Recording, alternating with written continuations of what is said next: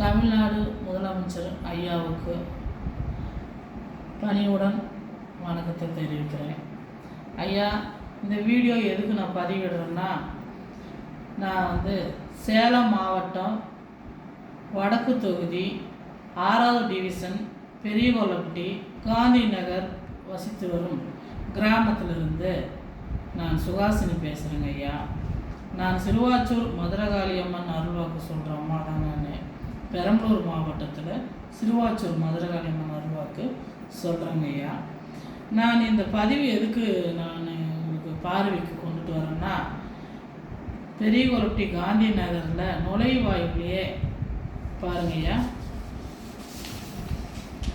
பெரியகொல்லப்பட்டி காந்தி நகர் நுழைவாயு இதுதாங்க ஐயா. இந்த நுழைவாயுவே ராணி வையாபுரி அவங்க இந்த நுழைவாயுவிலேயே மாநகராட்சிக்கு சேர்ந்த ரோட்டை ஆக்கிரமம் செய்து வீடு கடை வாடகைக்கு கட்டி விட்டுருக்காங்க. ஏற்கனவே 10 வீடு இருக்குது, வாடகை கட்டி விட்டுருக்காங்க.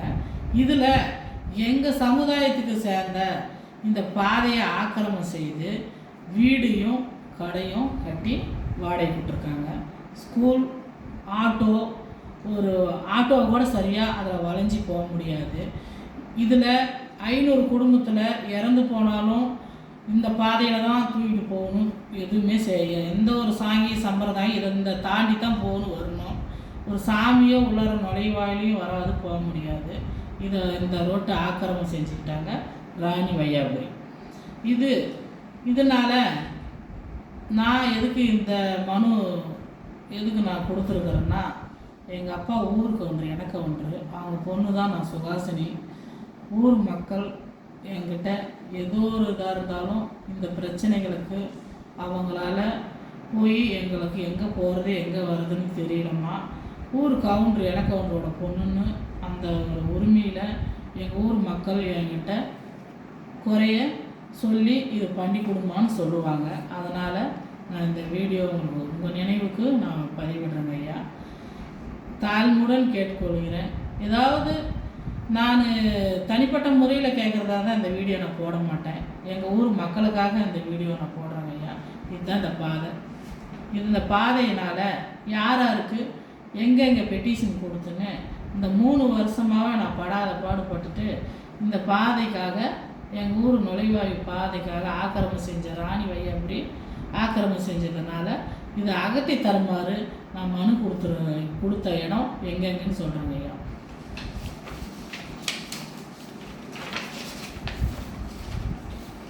பாருங்கய்யா, இந்த மனு ஃபஸ்ட்டு 10ஆம் தேதி உங்களுக்கு தான் மாண்புமிகு முதலமைச்சர் ஐயா அவர்களுக்கு உங்களுக்கு மட்டும்தான் ஃபஸ்ட்டு நான் அனுப்பினேன், போஸ்ட் பண்ண பின்னாடி அடுத்தது சேலம் வடக்கு தொகுதி 6வது டிவிஷன் சிவகுமார் எம்எல்ஏ அவருக்கு நேர்லேயும் இப்போ கொடுத்தேங்க ஐயா. நேர்லேயும் போய் கொடுத்தேன். அவர் மாநகராட்சி செய்ய வேண்டிய வேலை என்கிட்ட கொடுத்து நான் என்ன பண்ணிட்டுன்னு அவர் சொன்னார்.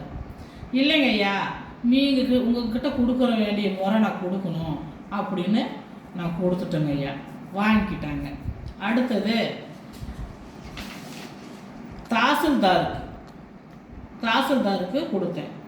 அந்த இடத்துலையே அஸ்தமட்டியில் தானே, மணக்காட்டில் தானே இருக்காங்க, அங்கேயும் கொடுத்தேன்.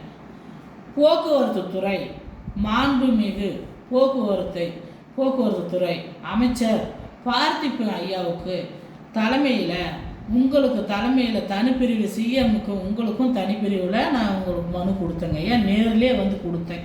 போஸ்ட்டும் பண்ணி விட்டேன். 17ஆம் தேதி நேர்லேயும் கொடுத்தேன். மாண்புமிகு ஐயா தமிழவருக்கு இது நேர்லேயே நான் தனிப்பிரிவில் கொடுத்துட்டேன். தமிழ் முதலமைச்சருக்கும் கொடுத்துட்டேன். அடுத்தது மேலே போக்குவரத்து துறை மினிஸ்டர் பார்த்திப அவர் ஆஃபீஸுக்கும் மேலே கொண்டு போய் தலைமையில் மாடியில் கொடுக்க சொன்னாங்க. அவங்க ஆஃபீஸ்லேயும் கொடுத்துட்டேன். அதுங்க ஐயா.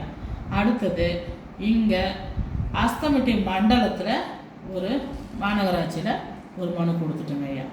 அடுத்தது மாநகராட்சி கமிஷனருக்கு ஆணையருக்கு ஒன்று மனு கொடுத்துட்டோங்க ஐயா.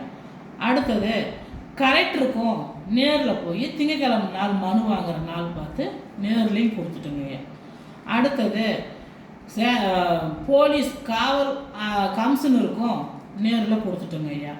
அடுத்தது கண்ணங்குறிச்சி சேலம் கண்ணங்குறிச்சி 6வது டிவிஷனுக்கு வடக்கு தொகுதி 6வது டிவிஷனுக்கு சேர்ந்த 6வது டிவிஷன் சேர்ந்த பெரியகுளப்பட்டி காந்தி நகருக்கு சேர்ந்த கண்ணங்குறிச்சி ஸ்டேஷன்லேயும் நான் போய் கொடுத்துட்டேங்க ஐயா. அங்கே எல்லா இடத்துலையும் கொடுத்து எனக்கு சரியான நியாயமும் எங்கேயுமே எங்களுக்கு கிடைக்கலைங்க ஐயா. இந்த வீடியோ உங்களுக்கு போட்ட காரணம் எங்கள் ஊர் மக்களுக்கு இந்த பாதையை அகற்றி தருமாறு தாழ்மையுடன் பணியுடன் உங்கள்கிட்ட நான் கேட்டுக்கிறேங்க ஐயா. உங்களுக்கு தெரியாதில்லை மூலமுடக்கெல்லாம் நான் அருள் வாக்கு சொல்கிறதுனால இந்த ஒரு வார்த்தை நான் சொல்லிடுறேன். கடவுள் தீர்ப்பு எப்பயுமே தப்பாது. அதேமாரி மாண்புமிகு முதலமைச்சர் தீர்ப்பும் எப்போதும் தப்பாதுன்னு மிக தாழ்மையுடன் பணியுடன் கேட்டுக்கொள்கிறேன். நன்றி, வணக்கம்.